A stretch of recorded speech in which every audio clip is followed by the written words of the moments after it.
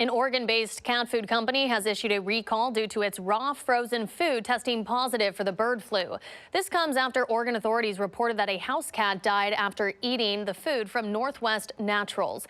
The recall impacts one batch of Northwest Naturals 2-pound feline turkey recipe. The product was also sold nationwide in multiple states, including Arizona, Maryland, California, and Georgia. Authorities say consumers should throw out the product or contact the place where it was purchased to get a refund.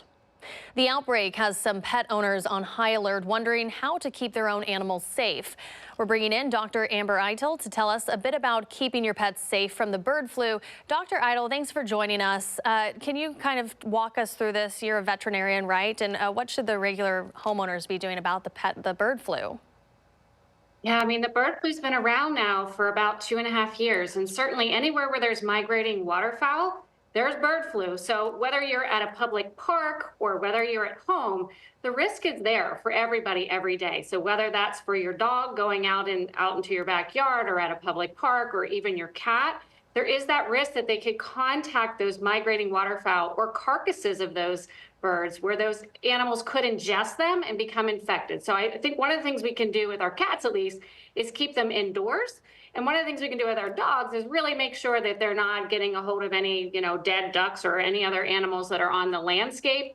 And just remembering that this bird flu can be even spread through birds defecating in parks. So we can carry it home on our shoes. So just taking some of those extra steps with our pets to keep them safe is important. I think the other thing we can do is make sure you're not feeding raw pet food right now. It's not a good idea. You want to make sure you cook that food or feed a processed type food because that's really going to be the best to protect our cats right now. We know that cats can become infected either from drinking infected raw milk or from contaminated feed source where we have some of this virus there. So it's very concerning, but those are some of the steps that we can take.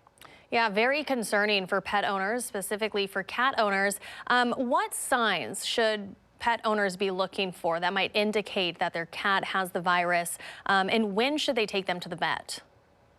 Yeah, I think first to say it's rare, but it can happen. We've seen spillover into a lot of different species over the last few years.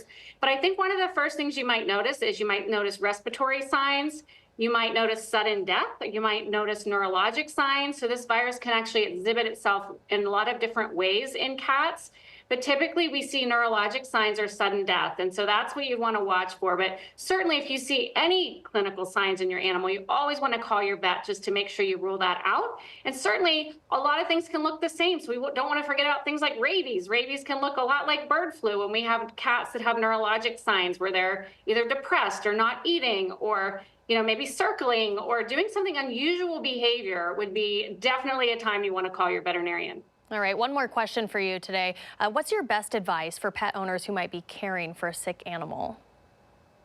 Yeah, if you're caring for a sick animal, you certainly want to be protecting yourself too. So we work closely with our partners at Department of Health, and you might want to wear gloves, wear a mask, wash your hands frequently, change your clothes before you interact with either young children or other animals in the household, and make sure that you contact your veterinarian immediately. So if that animal needs to be isolated and cared for separately, those are some really important steps that we could at least start with. All right, Dr. Amber Itle, thank you so much for joining us on KOMO News. Thank you.